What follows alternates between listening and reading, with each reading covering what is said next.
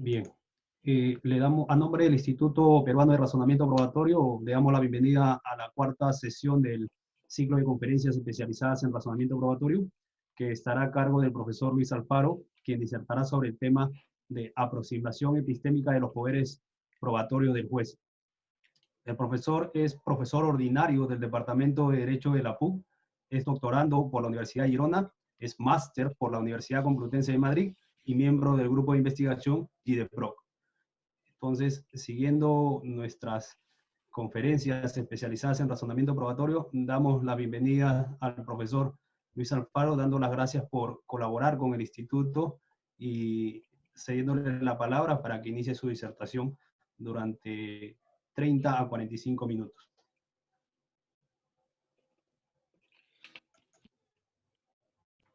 Muy bien, buenas tardes a todos y a todas. Primero agradezco la invitación del Instituto Peruano de Razonamiento Probatorio. Es un placer estar con ustedes y me siento muy honrado por su consideración. Sé que se trata de un grupo académico bastante riguroso y que es el resultado de la bonita experiencia que tenemos en Girona, en donde hay un foco de, digamos, de investigación y de academia en torno al razonamiento probatorio, pero entre otros temas también, pero sobre todo el razonamiento probatorio, a cargo de Jordi, Carmen, entre otros profesores del grupo de Girona. Así es que estoy muy feliz, les deseo todo lo mejor en este proyecto que tienen, que de hecho está generando un gran impacto en Perú, pero también fuera del Perú, en esta empresa que están emprendiendo. Y no me queda nada más que colaborar en lo que ustedes puedan considerar. Y en esta ocasión, entonces, quería comentar un poco acerca de lo que significa digamos, una pequeña parte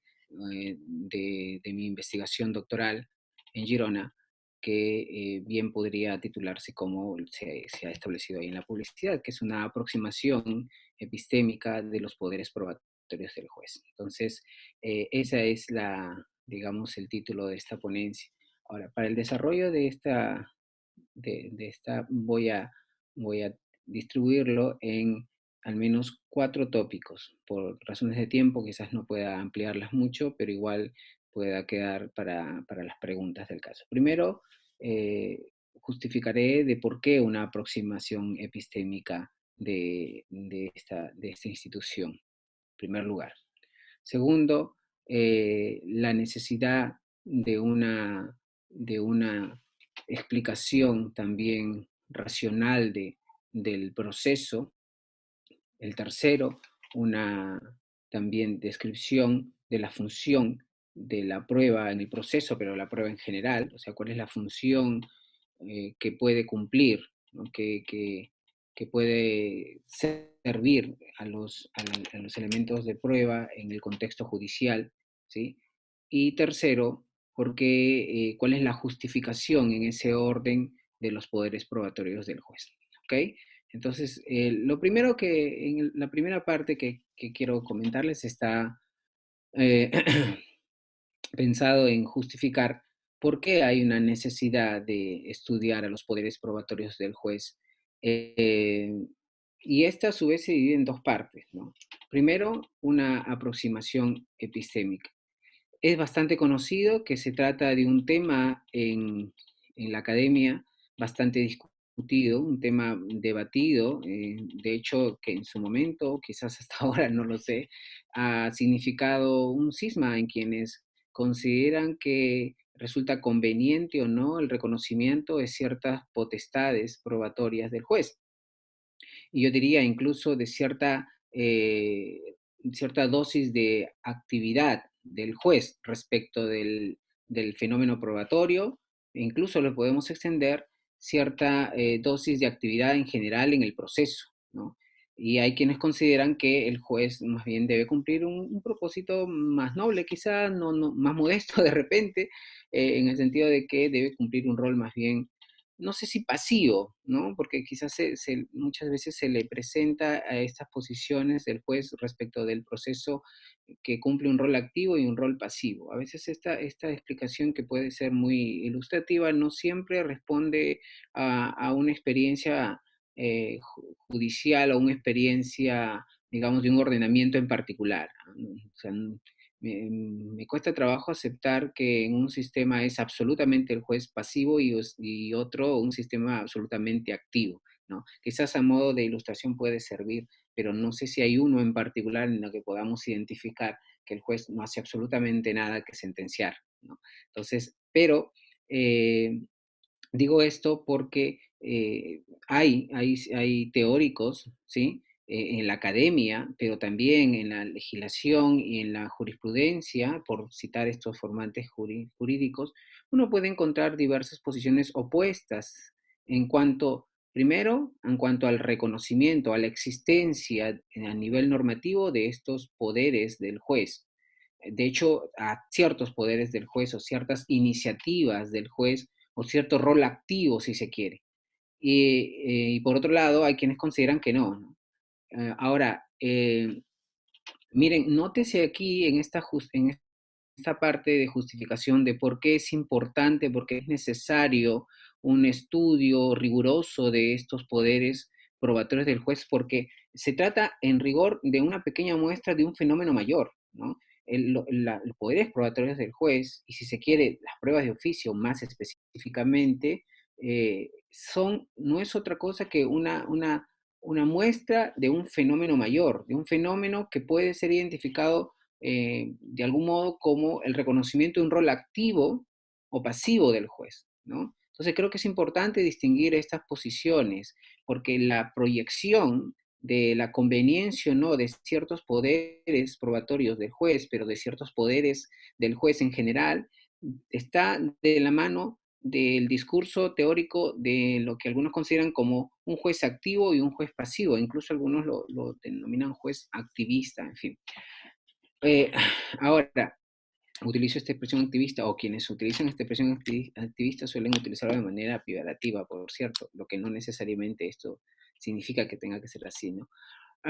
Y entonces, pero lo que pasa es que creo que también otro lugar común cuando uno encuentra en los estudios sobre los poderes probatorios en general, insisto, sobre las pruebas de oficio en particular, porque no se puede negar que es el que más ha concitado la atención entre los teóricos, eh, eh, uno encuentra que los problemas que se advierten o que son materia de estudio son problemas de carácter incluso normativos, ¿no? Es decir, que hay una deficiencia en la regulación, que no se establecen bien los límites, que se considera que no debe regularse, cuándo debe regularse, cómo es que debe articularse, si es que es pues sin considerar a la contraparte, solo utilizarlo de manera exclusiva o unilateral, en fin.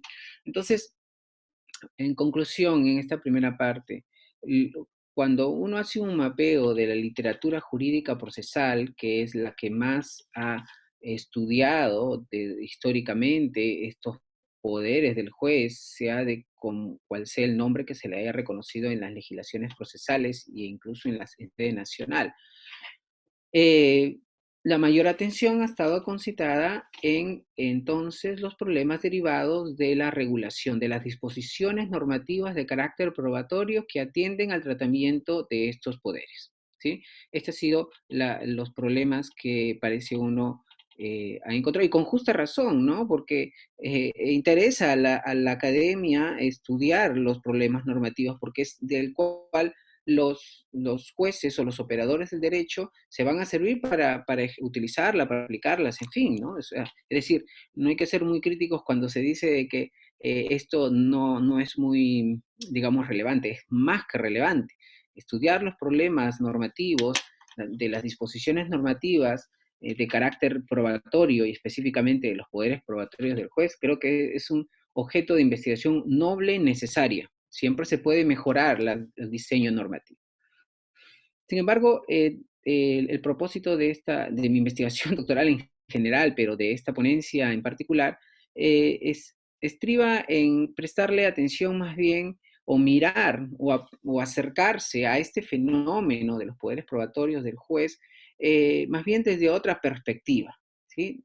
Insisto, no significa de que los estudios referidos a las disposiciones, los problemas derivados de las disposiciones normativas, del procedimiento, de la actividad probatoria en torno a todo esto, no interesa bastante, creo que es importante, ¿ok? Pero mi objeto de atención o el método con la que me acerco al estudio de este fenómeno es más bien tratando de encontrar los fundamentos teóricos o los fundamentos que pueden subyacer detrás de estas reglas normativas, ¿sí? Puede haber errores en técnicas legislativas en cuanto a las disposiciones legales que regulan los poderes probatorios del juez, estoy completamente de acuerdo, lo hay bastante, hay que mejorar, pero mi intención entonces es más bien evidenciar la necesidad de una visión epistémica de estos poderes. Quiero decir que mi investigación está centrada en mostrar que hay algo más que los problemas normativos de carácter probatorio sobre los poderes del juez en materia probatoria, ¿no? Y esto, algo más, es la necesidad de evidenciar que debemos acercarnos a este fenómeno desde una perspectiva epistémica, ¿no? Entonces, cuando digo esto, y siempre en aras me adhiero aquí de una concepción, si se quiere, de una tradición racionalista sobre el estudio de la prueba, y, y entonces uno se preguntaría qué más hay, o sea, ¿por qué es importante ahora, en el segundo punto, tener una aproximación epistémica de los poderes probatorios del juez?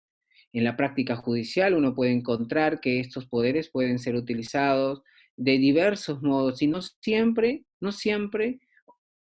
orientados hacia un propósito claro, ¿no?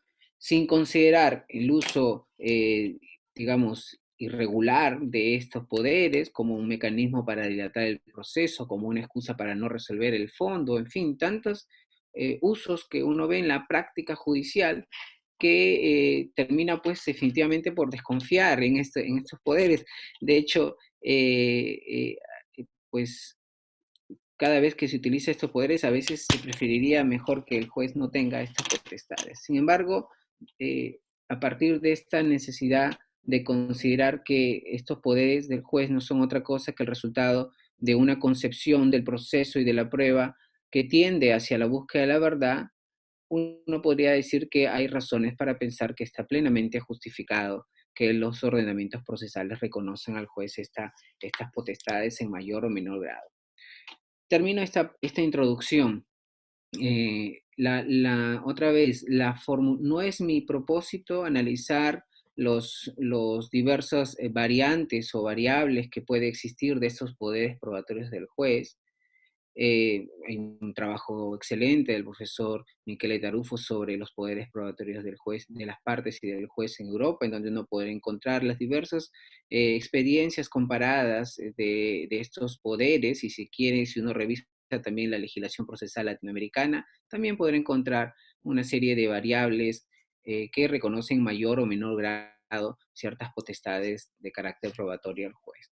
Mi intención, otra vez, es poder encontrar cuál es ese fundamento epistémico y racional que debe, creo, enmarcar el camino y orientar el uso de estas potestades.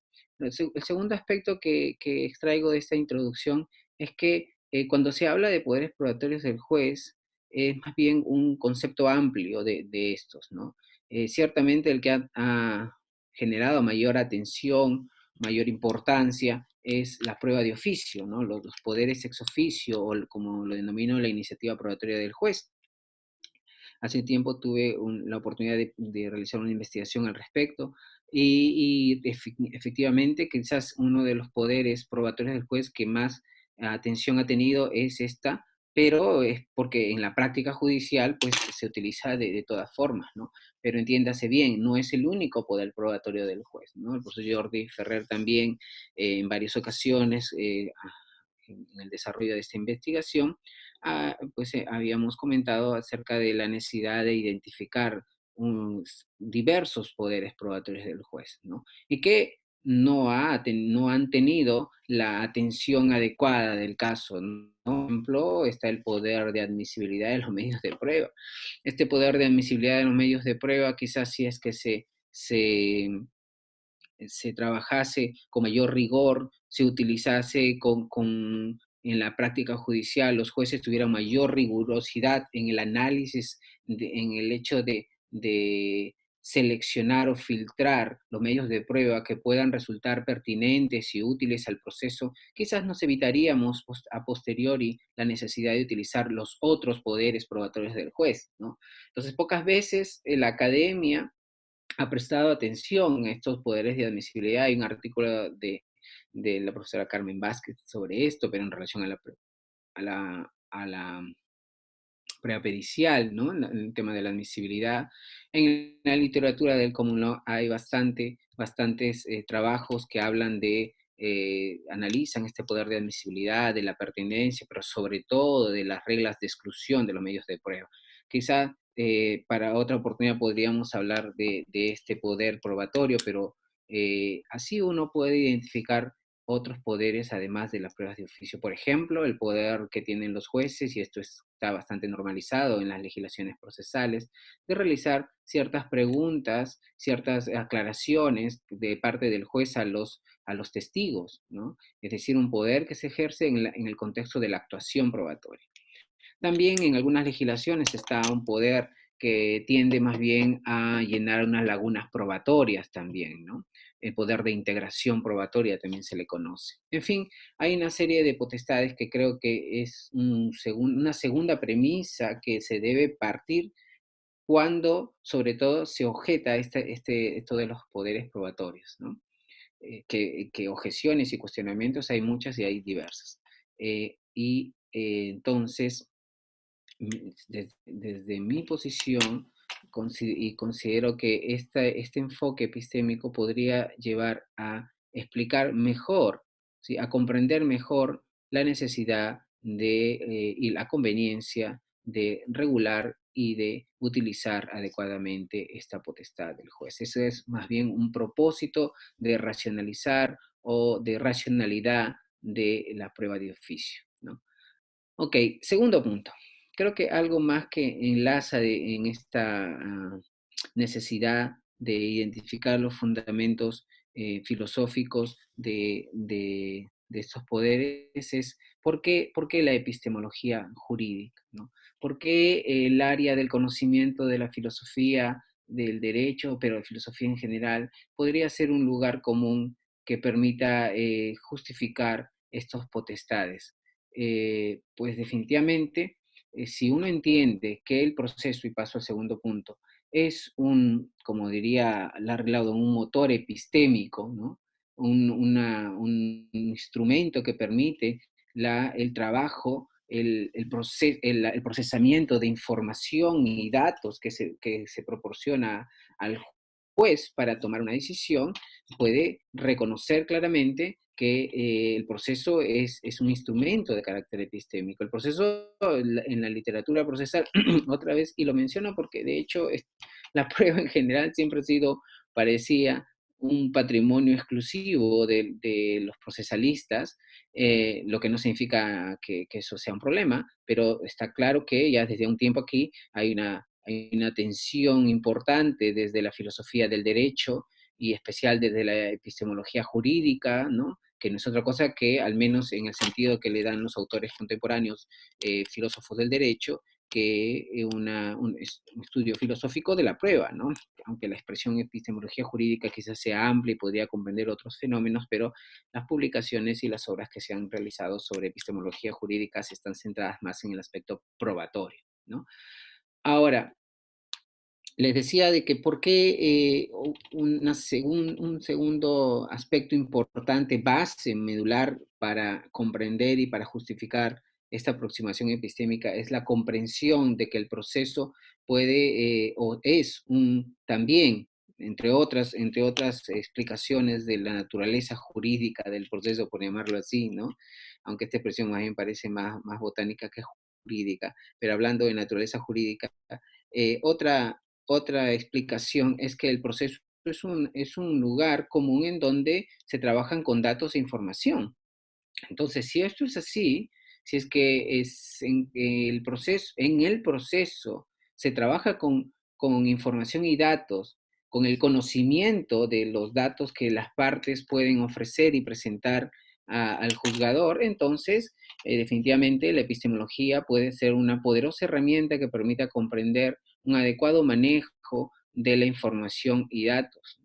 La epistemología puede ser una herramienta que permita manejar adecuadamente el material probatorio, ¿sí? En cuanto a elementos demostrativos de los enunciados fácticos planteados por las partes, ¿no? Entonces, es por eso que podría resultar conveniente identificar que la orientación del proceso puede tender hacia la búsqueda de la verdad, ¿sí? Los elementos básicos de una epistemología o de un tipo de epistemología, si se quiere, es la necesidad de trabajar con el conocimiento de la realidad, con el conocimiento, si se quiere, de los enunciados fácticos que las partes describen en sus actos postulatorios, por dar una explicación procesal. Entonces, si esto es así, insisto, la epistemología puede resultar muy provechosa para comprender todo el fenómeno que se da alrededor del proceso, que no es otra cosa que datos e informaciones con las que trabajan el juez y con las que las partes puedan presentarse al proceso. Ahora, decir que el proceso debe estar orientado hacia la búsqueda de verdad en esta concepción racional del proceso, si se quiere, no significa necesariamente que pueda también cumplir otros roles, ¿no? Bien podría decirse y aceptarse y adherirse a aquella posición que considera, ¿no?, que el proceso simplemente es una herramienta que ponga en definitiva una disputa, que resuelva una controversia, simplemente que no esté orientado a la búsqueda de la verdad, ¿no? La obra de Mircea Damashka sobre la cara de la justicia puede ser un lugar muy ilustrativo acerca de las funciones que puede cumplir o los objetivos que puedan trazarse respecto del proceso. Pero la orientación o la concepción teórica respecto del proceso en la cual me adhiero es una concepción que acepta de que el proceso pueda estar orientado hacia la búsqueda de la verdad, ¿no? Claramente no una verdad absoluta ni subjetiva, ¿sí?, sino una verdad objetiva, relativa y por correspondencia, ¿sí? Objetiva en el sentido de que no es que no se trate de una verdad de cada parte en el proceso, ¿no? Es una verdad que tiende a la acreditación de los hechos, que tiende a una demostración de cómo acontecieron los hechos en materia de las descripciones de las partes, de las narraciones de las partes. Relativa porque no hay una verdad absoluta, ¿no? No se está buscando una verdad absoluta en últimos términos, es una verdad a toda costa, ¿no? Y una verdad por correspondencia en el sentido de que lo que se busca es que aquello que se afirma, que se describe, sea lo que aconteció en la realidad, así de simple. Si se quiere una concepción más bien de una concepción de la verdad por correspondencia en contraposición de una verdad como un concepto de coherencia, ¿no? Ok, entonces, este es el proceso. Si el proceso es un motor epistémico, entonces, más allá de las reglas legales que puedan regular el proceso, lo mismo pasa, y voy al tercer punto, sobre la prueba. La prueba, otra vez, puede cumplir diversos roles, ¿sí? Pero para sintetizar la cuestión, si uno asume una concepción en la que la prueba cumple una función institucional, ¿sí?, la función institucional que es coadyuvar a esta búsqueda de la verdad, entonces puede encontrar una concepción probatoria que tienda a ser coherente con el rol que cumple el proceso, ¿sí?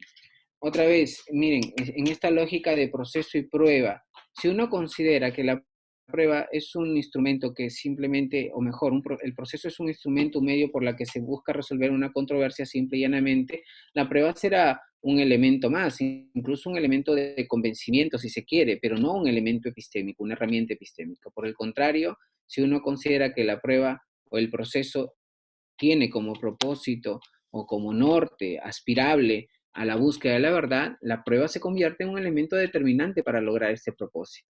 Entonces, nótese aquí el carácter epistémico que tiene la prueba en cuanto a elemento que permite corroborar los datos e informaciones cognitivas que las partes presentan al proceso o con la que el juez va a reconstruir los hechos.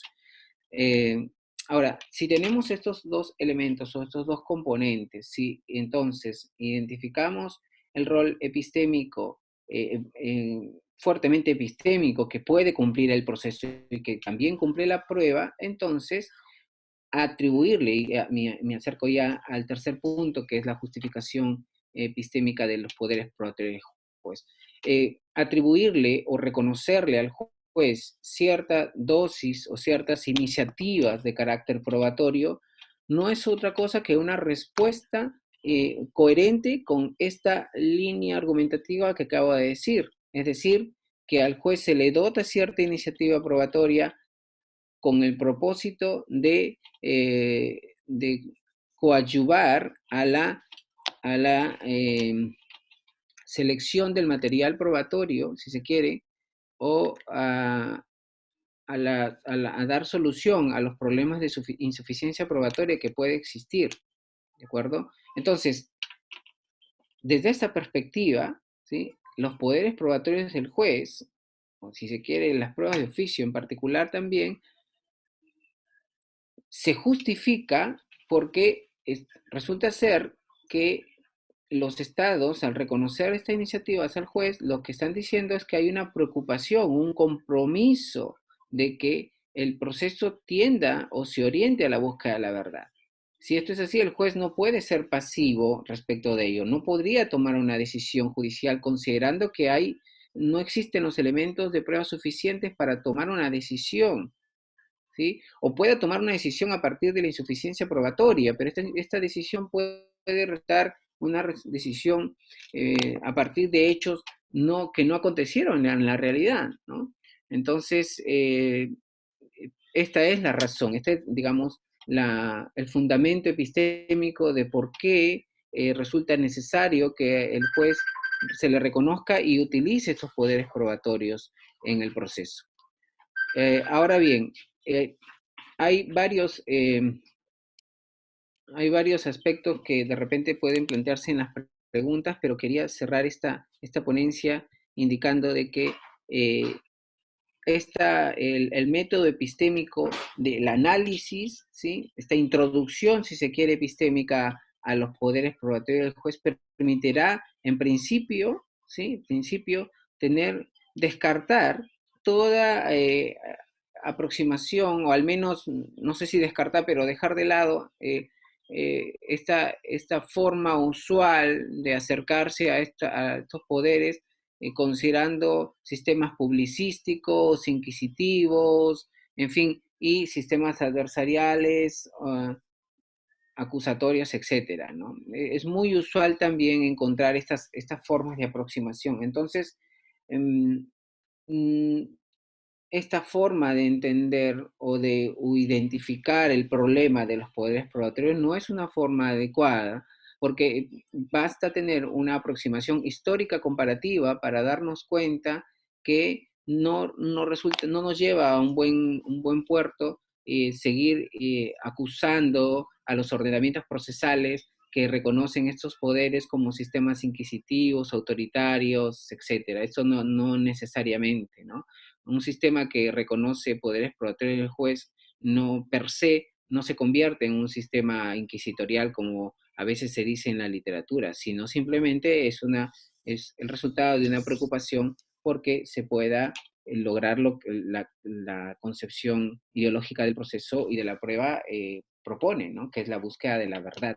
Entonces, ahora, para finalizar la ponencia, quiero mencionar que esto es solo una introducción, digamos, una introducción a la necesidad de estudiar y de analizar a los poderes probatorios desde una perspectiva, si se quiere, más racional, ¿no? Entonces, si esto es así, tarea seguida convendría analizar cada uno de los poderes del juez si efectivamente cumplen este rol epistémico, porque bien podría decirse que quizás en alguna fase, quizás en algún poder probatorio en particular, este propósito epistémico no se cumple o no pueda cumplirse por algunas razones, ¿no? Piénsese en en las reglas de exclusión probatoria, ¿sí? Y en el poder de admisibilidad del juez, sobre todo en las reglas de exclusión, ¿no? Si esta regla de exclusión, digamos, este poder que tiene el juez para excluir los medios de prueba a partir de la existencia de una prueba ilícita, resulta ser coherente con este propósito epistémico, ¿no? Entonces, ahí, por ejemplo, sería interesante discutir si efectivamente cuál es el valor, cuál es el fundamento que interesa al Estado por la que se excluyen los medios de prueba, si definitivamente esto podría resultar ser un propósito contraepistémico, ¿no? Porque a, eh, no tiende a seleccionar, pero a aportar, ¿no? Este propósito de completitud probatoria, ¿no? En la que se busca que el juez pueda obtener mayor información o datos que le permita tomar una buena decisión. Mientras mayor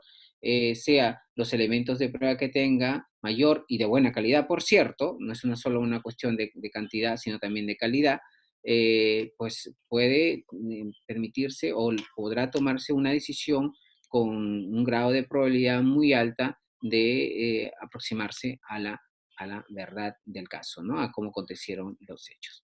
Muy bien, lo dejo ahí.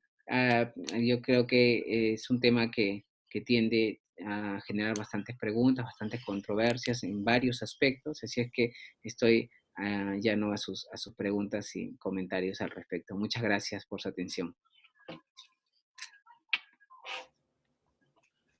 Gracias, profesor Luis. Ha sido claro con estas ideas introductorias sobre la aproximación epistémica de los poderes probatorios. Ahora voy a pasar a la ronda de preguntas. Le voy a ceder la palabra a Jesús Bobadilla, pero previamente yo sí quisiera hacer dos preguntas. Sé que el tiempo es reducido, pero dos preguntas pequeñas, básicamente. La primera es, me surge duda si en su concepción tiene alguna relación el modelo del proceso y los poderes probatorios, o esto es indiferente, o debe ser indiferente a la necesidad de otorgar poderes probatorios como medio plausible para la búsqueda de la verdad. Esa es la primera. Y la segunda tiene que ver con la crítica a la imparcialidad del juez. De las distintas críticas que se hacen al otorgamiento de poderes probatorios de oficio al juez, sin duda es la más discutida, es la pérdida de imparcialidad del juez. ¿Qué opinión le merece esto respecto de su concepción? Muchas gracias por la pregunta, por las preguntas. En cuanto a la relación que existe entre modelo de proceso y modelo de prueba, definitivamente yo creo que sí hay una relación, ¿sí? Hay una relación de modelo de proceso, pero aquí otra vez soy claro en distinguir, ¿no? Hablar de un modelo de proceso no significa necesariamente que tengamos que apostar por esta clásica distinción entre un modelo inquisitorial y un modelo adversarial. Lo cierto es que hay modelos más o menos adversariales, pero no sé si alguien puede identificar a todas luces su modelo inquisitorial, ¿no? ¿Y en qué términos inquisitorial? ¿O qué se entiende por un modelo inquisitorio? ¿Es el modelo de la Santa Inquisición? Un modelo, en fin. Yo creo que ahí entramos en un terreno bastante vago, bastante indeterminado y que realmente no nos lleva, me parece, a estudiar adecuadamente y a comprender adecuadamente el fenómeno, ¿no? Es simplemente un argumento que descalifica inmediatamente y reflexiva y creo que muy acríticamente el estudio de estos poderes, ¿no? Justamente porque es controvertida, es necesario estudiarla y analizarla. Pero cuando hablamos de modelo, yo creo que sí hay un modelo, ¿no? De proceso en el sentido de modelo de cuál es la función que se le reconoce al proceso. Si asumimos un modelo de proceso que esté orientado a la búsqueda de la verdad, claramente es la línea que sigue a los poderes propios del juez, ¿no? Y la prueba también es ese el rol, ¿no? Pero seguimos un modelo que está sentado sobre simplemente explicar el proceso como un lugar en donde se da una competencia entre adversarios, simple y llanamente, pues obviamente un rol activo del juez no podría justificarse ahí, ¿no? Tarufo varias veces, por ejemplo, ha dicho, hablando de modelos de proceso, que el modelo norteamericano es un modelo adversarial en donde pues es un lugar, digamos, que se puede explicar como una competencia deportiva. Él varias veces comenta esto, pero más allá de esto, porque, por cierto, recibió bastantes críticas por teóricos norteamericanos, incluso en donde dan cuenta que no necesariamente es así, ¿no?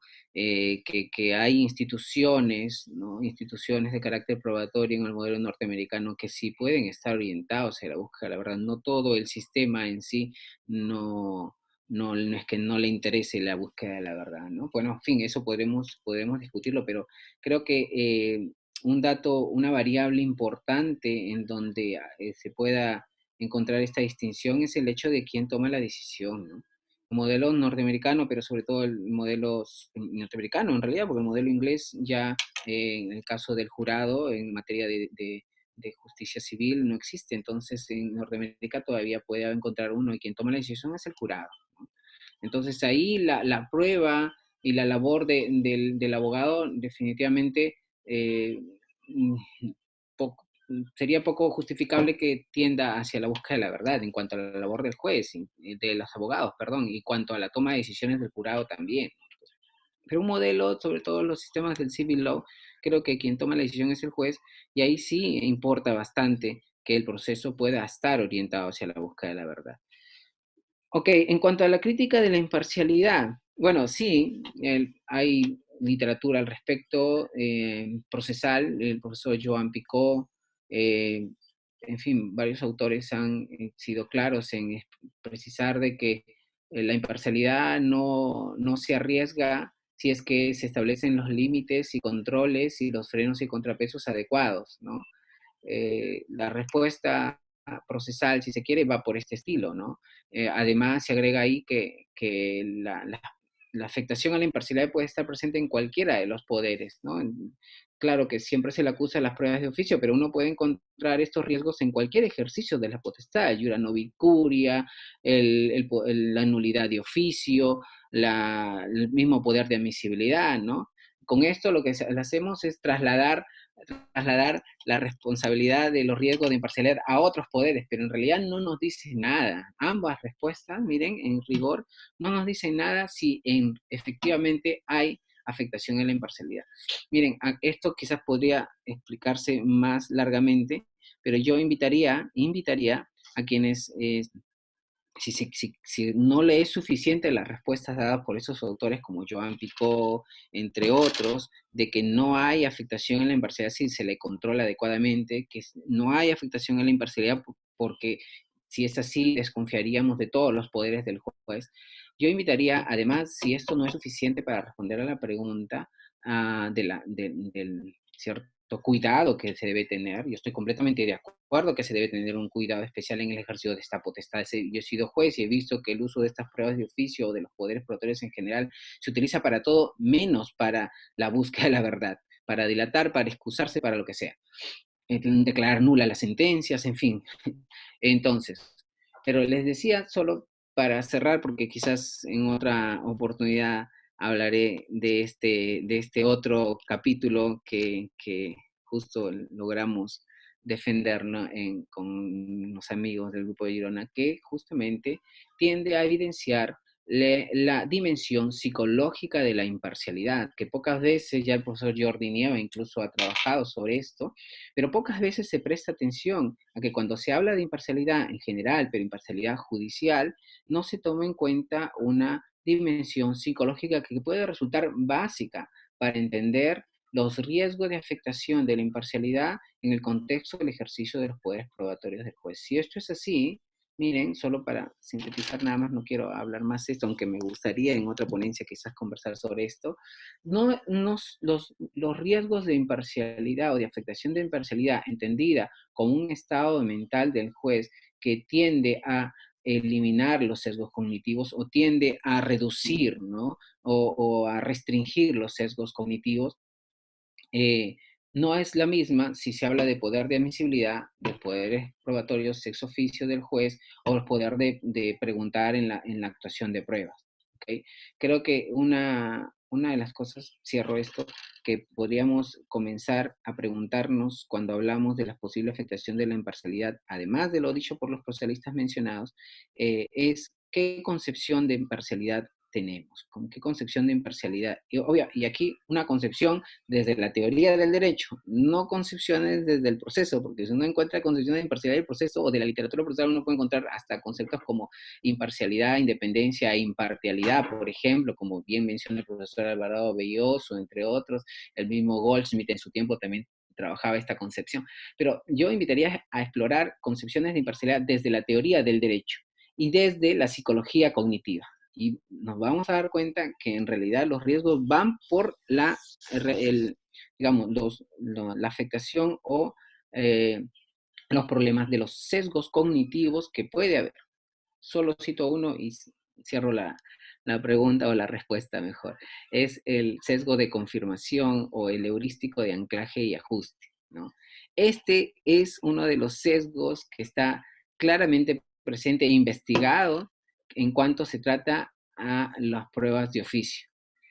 Y el problema es, con los sesgos es que no se pueden eliminar. Los sesgos, los especialistas en psicología cognitiva o conductual han dicho que a lo mucho se puede administrar y gestionar. Y lo que proponen es cotejar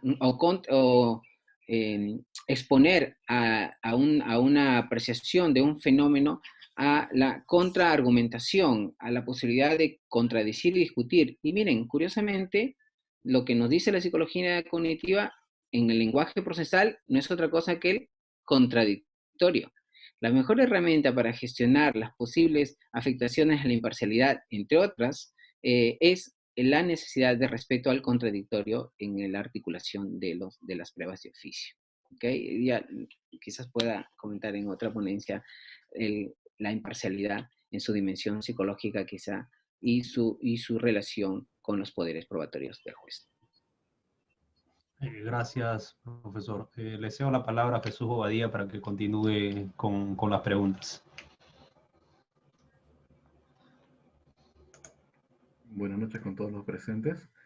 Doctor, tal como usted ha mencionado hace un rato, quizá uno de los temas más importantes a nivel de la iniciativa probatoria del juez es cuáles son sus limitaciones o qué restricciones habría que tener respecto de este.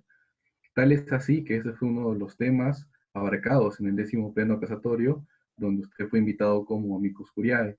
Quisiera saber cuál es su posición respecto a esto, las limitaciones de las pruebas de oficio. En todo caso, ¿cuál fue el balance respecto de su posición que manifestó en este 10º pleno casatorio civil? Okay, muchas gracias, querido Jesús. Qué gusto saludarte después de tiempo. Yo creo que una de las limitaciones que acabo de mencionar, o mejor dicho, la regla básica, sin tener que desarrollar tanto esto, porque basta revisar los trabajos de los autores que en la literatura procesal, ¿no? Que ya han dicho bastante sobre esto. Pero creo que el esquema básico para la necesidad de establecer ciertos lineamientos es la siguiente.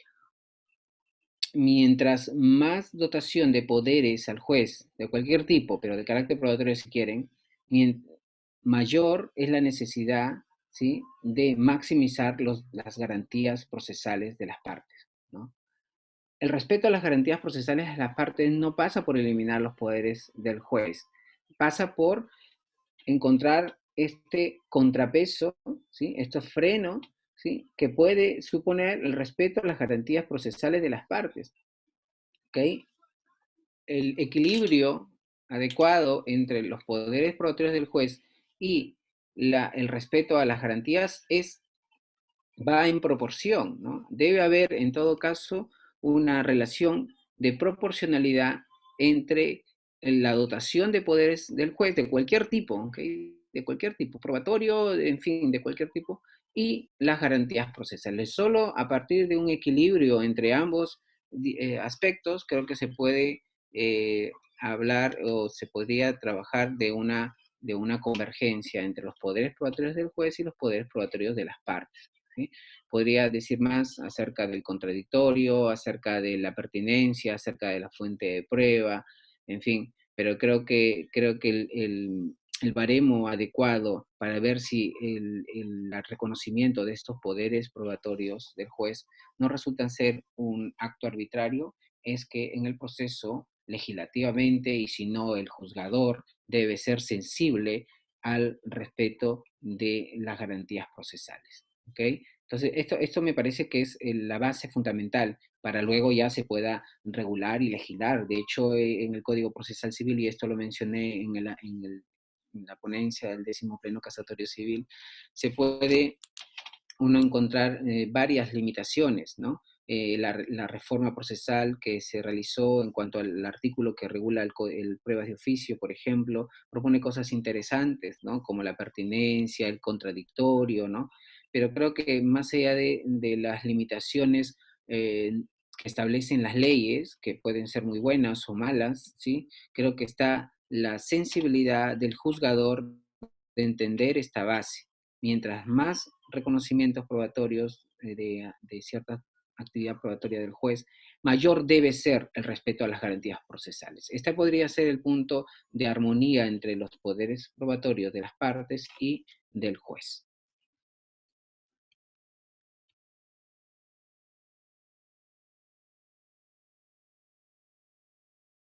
Sí, no sé si hay otra pregunta. Jesús Bobadilla.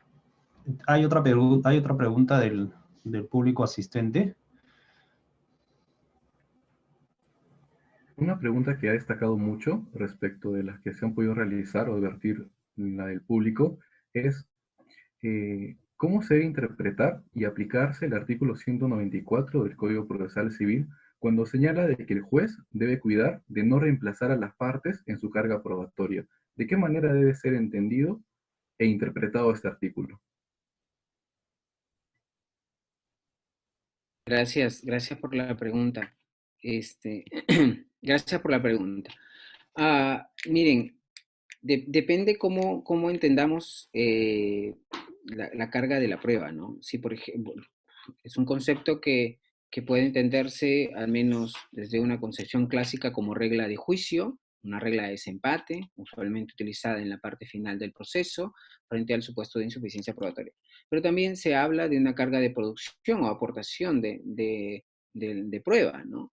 Entonces, tiendo a pensar que el sentido de esta regulación que habla de carga de la prueba está más bien acercada a la carga de producción o de aportación de pruebas, no tanto a la carga de prueba como regla de juicio o regla de desempate, ¿no?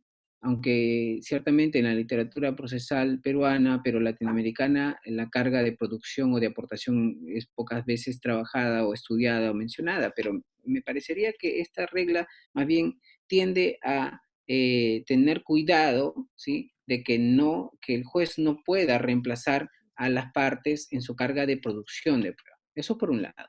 Por otro lado, en realidad, miren, ahí está claro que, hasta donde, al menos tal como lo veo, que cuando las partes presentan sus elementos de prueba, ¿sí? No es que, digamos, en principio sí, ¿no? Tienden a acreditar sus hechos o sus enunciados fácticos, sirven de apoyo, de soporte para demostrar sus versiones de los hechos, ciertamente, tanto el demandante como el demandado. Pero una vez ingresados los elementos de prueba al proceso, estos elementos de prueba servirán de elementos objetivos para la reconstrucción o la labor de reconstrucción que realiza el juez, ¿no? Es decir, las partes describen los hechos a partir de lo que se puede llamar, si quieren, hipótesis fáctica o hipótesis factual, o en fin, hipótesis de los hechos, pero el juez es el que reconstruye, ¿sí?, los hechos a partir de una hipótesis que justificada en ciertos elementos de prueba. Por tanto, más allá de que las partes presenten un medio de prueba que tienda a demostrar sus versiones de los hechos, finalmente el juez utilizará estos elementos de prueba eh, para que pueda establecer inferencias y obtener resultados probatorios indistintamente de quién presentó el elemento de prueba. Entonces, cuando el juez ejerce esta iniciativa probatoria, más allá de lo que la regulación hable de que el juez debe cuidar de no reemplazar a las partes, en realidad cuando se ejerce esta potestad no está reemplazando a las partes, y me parece que en realidad hay una...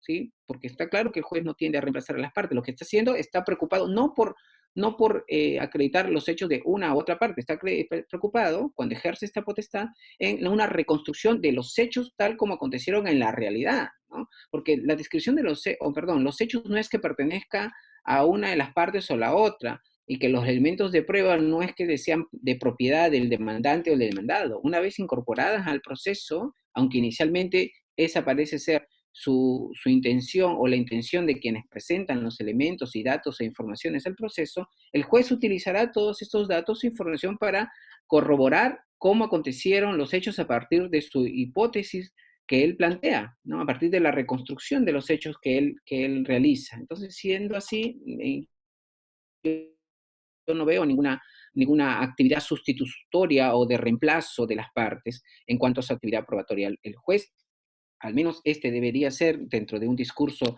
quizá prescriptivo de cómo debe utilizarse las pruebas, los poderes probatorios del juez, es que no busca reemplazar a las partes, y no lo será.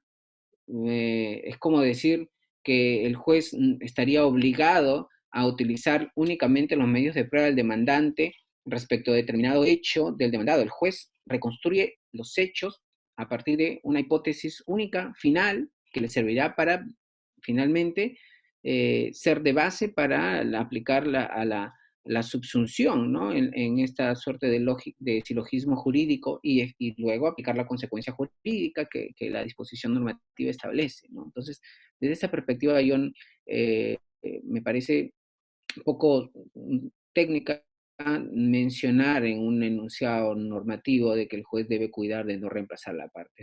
Creo que desde la posición que manejo no hay ninguna los poderes probatorios no están pensados en reemplazar a las partes, están pensados en tomar una adecuada decisión a partir de un material probatorio suficiente que le permita dar por un hecho por probado, ¿no? De tener un hecho por probado y que permita establecer la consecuencia jurídica que la ley establece, ¿no?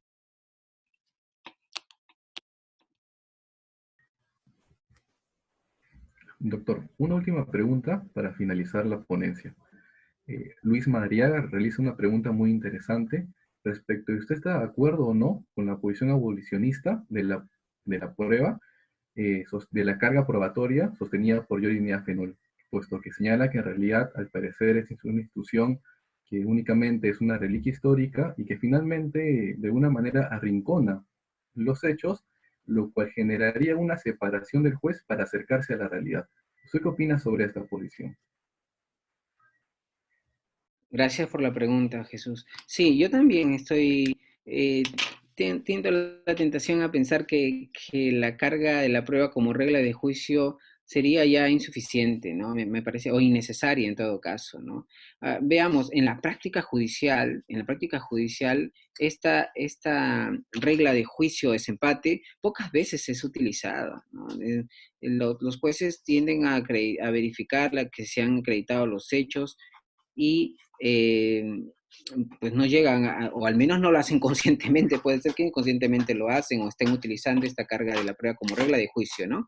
O regla de desempate, pero no, claramente uno ve las sentencias y dice, bueno, el concepto legal de carga de la prueba tal como está regulado, lo encuentra en todas las sentencias, pero que lo utilicen como un criterio determinante, como una regla de juicio o de desempate, pocas veces uno lo ve, o en todo caso que se explicite o que se advierta motivaciones en donde se ha aplicado la carga de la prueba como regla de juicio. Eso por un lado.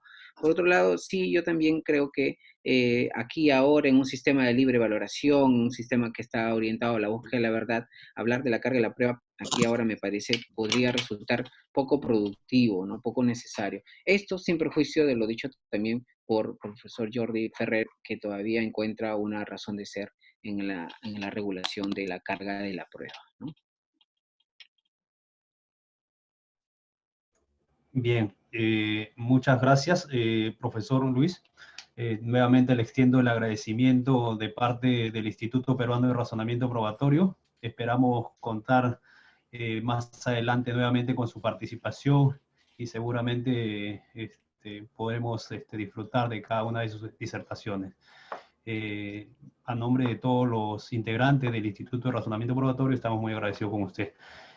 Al público asistente, aprovechando pues esta oportunidad, le comentamos que el profesor forma parte del grupo de investigación de Derecho Procesal Crítico y Constitución, que acto seguido a las 6 en punto está organizando el evento del primer seminario internacional Estudio Multidisciplinar de la Prueba, una mirada desde la ciencia.